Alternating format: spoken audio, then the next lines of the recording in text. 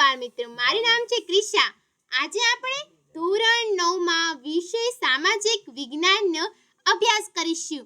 જેથી મારી ચેનલમાં વધારેમાં વધારે લાઈક, શેર અને સબસ્ક્રાઇબ કરવાનું ના ભૂલશો અને બીજા મિત્રોને શેર કરજો, જેથી તે પણ ધોરણ 9 માં સામાજિક વિજ્ઞાનનું ચેપ્ટર 1 નું સ્વાધ્યાય જોઈ શકે।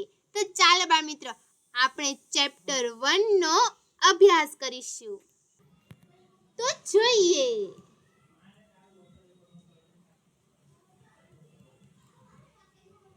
ચેપ્ટર 1 તેનું નામ છે ભારતમાં બ્રિટિશ સત્તાનો ઉદય, જેનું આપણે સ્વાધ્યાય શીખીશું। તેમાં પ્રશ્ન નંબર 1, ટૂંકમાં જવાબ આપો।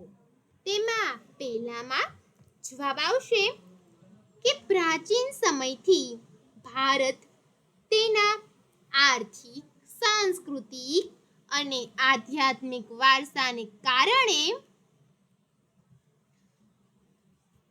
સમગ્ર વિશ્વમાં એક અજોડ સ્થાન ધરાવે છે।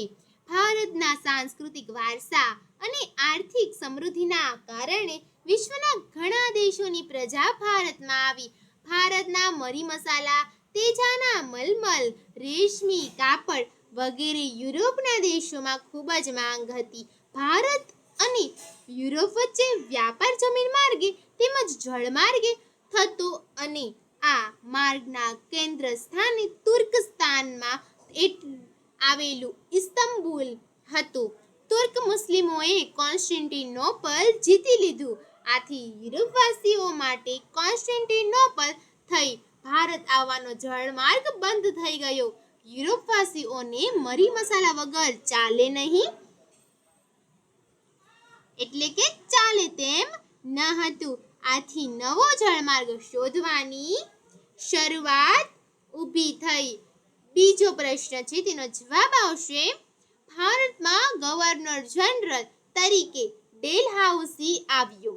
તે ઉગ્ર સામ્રાજ્યવાદી માનસ ધરાવતો હતો। તેણે સામ્રાજ્યવાદી નીતિને પોષવા અને કંપનીઓનો રાજ્ય વિસ્તાર વધારવા જીત, જપ્તી અને ખાલસા નીતિ અપનાવી। ડેલહાઉસી સામ્રાજ્યવાદીની સાથે સુધારાવાદી પણ હતો। તેના સમયમાં ભારતમાં પ્રથમ રેલવે, ભારત ઇંગ્લેન્ડ તાર વ્યવહાર, જાહેર કામ ખાતાની સ્થાપના, અંગ્રેજી કેળવણી વ્યવસ્થા વગેરેની શરૂઆત થઈ। વિધવા પુનર્વિવાહ અને બાળ લગ્ન પ્રતિબંધક ધારા તેના સમયમાં પસાર થયા। 1757ના પ્લાસીના યુદ્ધથી શરૂ કરીને 100 વર્ષના સમયમાં કંપનીની સત્તા અને સામ્રાજ્ય બંને વધ્યા, પરંતુ તેમ કરવા ભારતના રાજ્યો અને આ અસંતોષનો સામનો તેમને કરવો પડ્યો। આ અસંતોષ અંતે 1857ના ભારતના પ્રથમ સ્વાતંત્ર્ય સંગ્રામ સ્વરૂપે બહાર આવ્યો। ત્રીજામાં જવાબ આવશે વેલેસ્લીની સહાયકારી યોજનાની મુખ્ય શરતો નીચે મુજબ છે। કંપનીની પરવાનગી વિના રાજ્ય અને રાજ્ય સાથે યુદ્ધ કે સંધિ નહીં કરી શકે। ત્રીજો છે નિયમ કે આ સૈન્ય રાજ્યના આંતરિક અને બાહ્ય આક્રમણથી રાજ્યનું રક્ષણ કરશે। ત્રીજો, તેના બદલામાં યોજના સ્વીકારનાર રાજાઓને લશ્કરી ખર્ચ અથવા તેટલી આવક ધરાવતો પ્રદેશ અંગ્રેજોને આપવો। ચોથો નિયમ છે રાજ્યના દરબારમાં એક અંગ્રેજ પ્રતિનિધિ રાખવો। પાંચમો, અન્ય વિદેશીને પોતાના રાજ્યમાં નોકરીએ રાખવો નહીં। ચોથામાં જવાબ આવશે ગવર્નર જનરલ ડેલહાઉસીએ ભારતમાં ખાલસા નીતિ અમલમાં લાવ્યા। કંપનીનો રાજ્ય વિસ્તાર વધારવા જીત, જપ્તી અને ખાલસા નીતિ અપનાવી।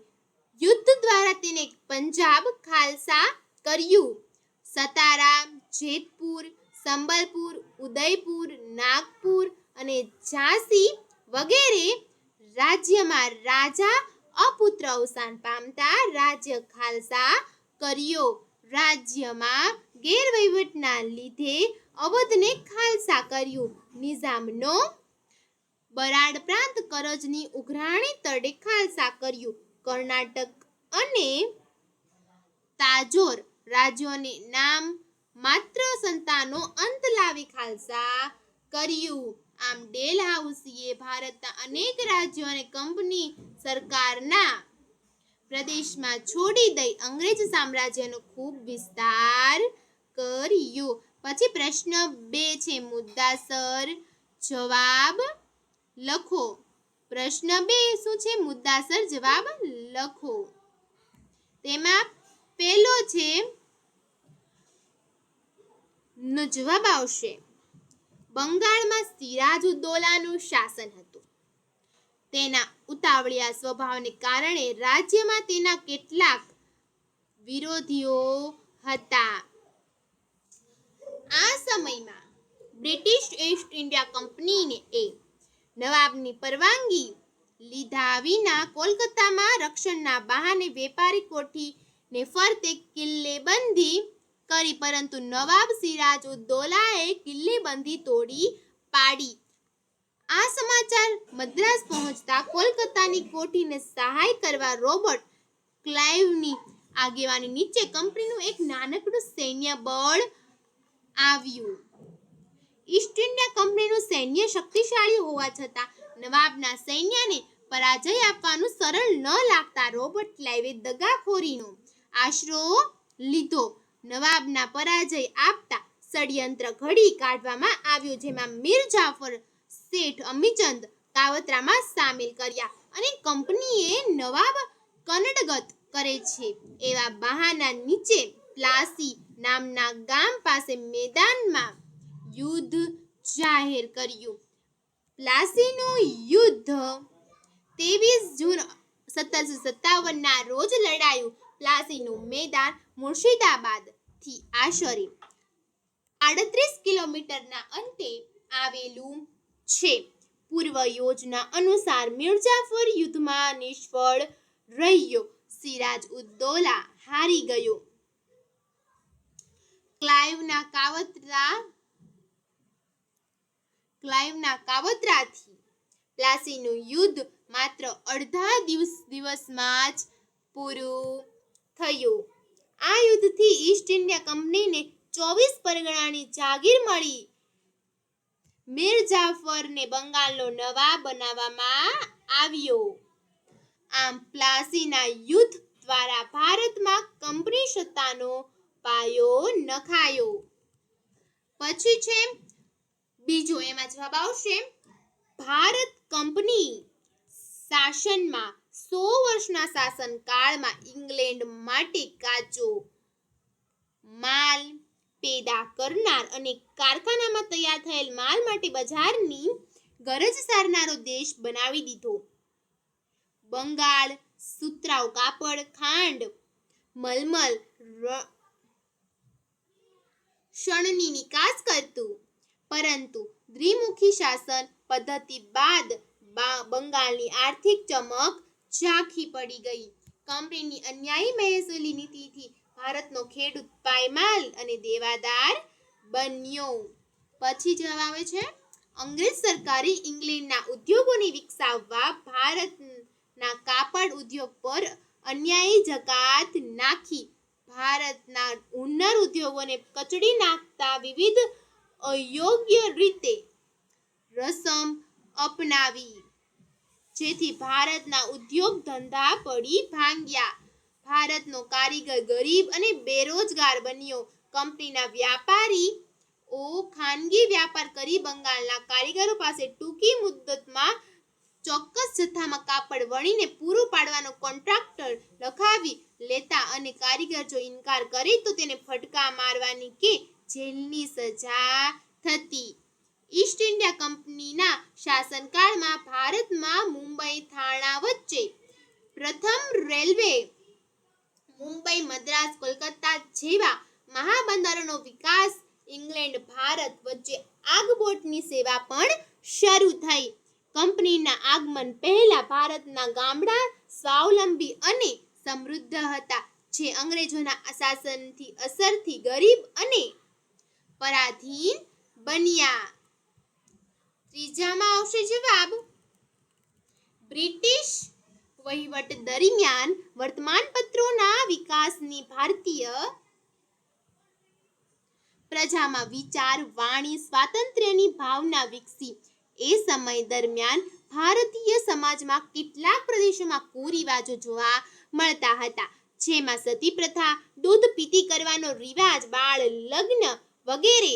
અંગ્રેજોના સંપર્કથી રાજા રામમોહન રાય, દુર્ગારામ મહેતા, બહેરામજી મલબારી વગેરે કુરિવાજો દૂર કરવા કાયદા કરાવ્યા. ભારતમાં વહીવટી માળખાનું અંગ્રેજીકરણ થતાં અંગ્રેજી જાણનારા લોકોની જરૂર ઊભી થઈ. પરિણામે મેકોલેના પ્રયત્નોથી ભારતમાં અંગ્રેજી શિક્ષણ આપવાનો પ્રારંભ થયો. ચાર્લ્સ વુડની ભલામણથી મુંબઈ, મદ્રાસ, કોલકાતામાં યુનિવર્સિટીની સ્થાપના થઈ. અંગ્રેજી શિક્ષણના કારણે ભારતમાં અંગ્રેજી જાણનારો વર્ગ ઊભો થયો. સમય જતાં તેણે સુધારાવાદી માંગણીઓ કરી સુધારાની પ્રક્રિયાને વેગ આપ્યો. પ્રશ્ન 3 વિકલ્પ. પ્રશ્ન 3 છે, વિકલ્પો લખો. આ પહેલા વિકલ્પમાં જવાબ આવે છે વાસ્કો દ ગામા. બીજા વિકલ્પમાં આવે છે ડેલહાઉસી. ત્રીજા વિકલ્પમાં જવાબ આવે છે, આ છે ખોટો જવાબ છે, એમાં જવાબ આવશે સી. જે ચોપડીમાં ઓપ્શન સી છે તેનો જવાબ આવશે. ચોથામાં આવશે વોરન હેસ્ટિંગ અને પાંચમામાં ટીપુ સુલતાન. તો બાળ દોસ્તો, આ સાથે આપણો સમાજમાં પાઠ છે પેલો જે પૂરો થાય છે. અને આવા જ અવારનવાર વિડીયો જોવા માટે મને કમેન્ટ કરીને જરૂરથી જણાવજો. તો આવજો બાળ દોસ્તો, ફરી મળીશું નવા વિડીયો સાથે. ત્યાં સુધી આવજો.